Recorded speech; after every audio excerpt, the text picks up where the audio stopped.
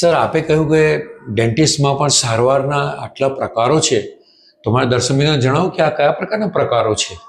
Sir આમાં એવું છે કે ચેકઅપથી સ્ટાર્ટ કરીને જે પ્રકારની તમારે ટ્રીટમેન્ટ કરવાની છે એ દરેક ટ્રીટમેન્ટ માટેના સ્પેશિયાલિસ્ટ ડૉક્ટર અવેલેબલ છે. બિલકુલ. ફોર એક્ઝામ્પલ આપણે ચેકઅપ કરવું છે તો ચેકઅપ માટે ઓરલ મેડિસિન અને રેડિયોલોજિસ્ટ હોય છે Right. કે જે ચેકઅપ કરે, એક્સરે કરે. બિલકુલ. પછી તમે આગળ વધો એટલે તમને કદાચ એવું છે કે દાંત એકાદ પડી ગયો છે, એ દાંત તમારે બનાવવો છે તો એના માટે પ્રોસ્થોડોન્ટિક્સ કરીને ડૉક્ટર આવે છે.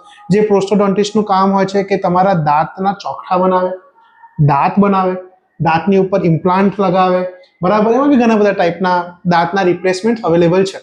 પછી આપણે એની આગળ વધીએ એટલે અમારો ડિપાર્ટમેન્ટ કે જે નાના છોકરાઓ માટેનો ડિપાર્ટમેન્ટ છે, જેમાં નાના છોકરાઓને રિલેટેડ બધા જ ટાઈપની ટ્રીટમેન્ટ થતી હોય છે. એનાથી આપણે આગળ વધીએ એટલે પેઢાના રોગ અત્યારે બહુ જ વધી રહ્યા છે, તો પેઢાના રોગ માટેના બી ડૉક્ટર્સ હોય છે, જે મારા વાઇફ છે, મેં પહેલાં કીધું એ રીતે. એનાથી તમે આગળ વધો એટલે એના પછી રૂટ કેનાલ માટેના બી સ્પેશિયાલિસ્ટ ડૉક્ટર આવે છે. તમને ઓલવેઝ એવું જ હશે કે કોઈ બી ડેન્ટિસ્ટ પાસે જાઓ એટલે રૂટ કેનાલ તો કરતા જ હોય, પણ રૂટ કેનાલ કરવા માટે બી એક સ્પેશિયાલિસ્ટ ડૉક્ટર હોય છે, જેને એન્ડોડોન્ટિસ્ટ તરીકે ઓળખવામાં આવે છે.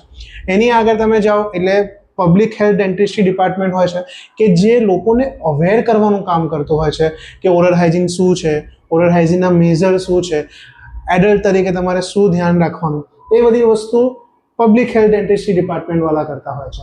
આ રીતે ટોટલ. અને યસ, એક બીજું ઇમ્પોર્ટન્ટ ભાગ જે આપણે ઇન્વિઝલાઇન કહી રહીએ છીએ, તાર બાંધવાની ટ્રીટમેન્ટ કહીએ છીએ, એના માટે ઓર્થોડોન્ટિસ્ટ આવે છે જે તાર બાંધવા માટેનું કામ કરતા હોય છે.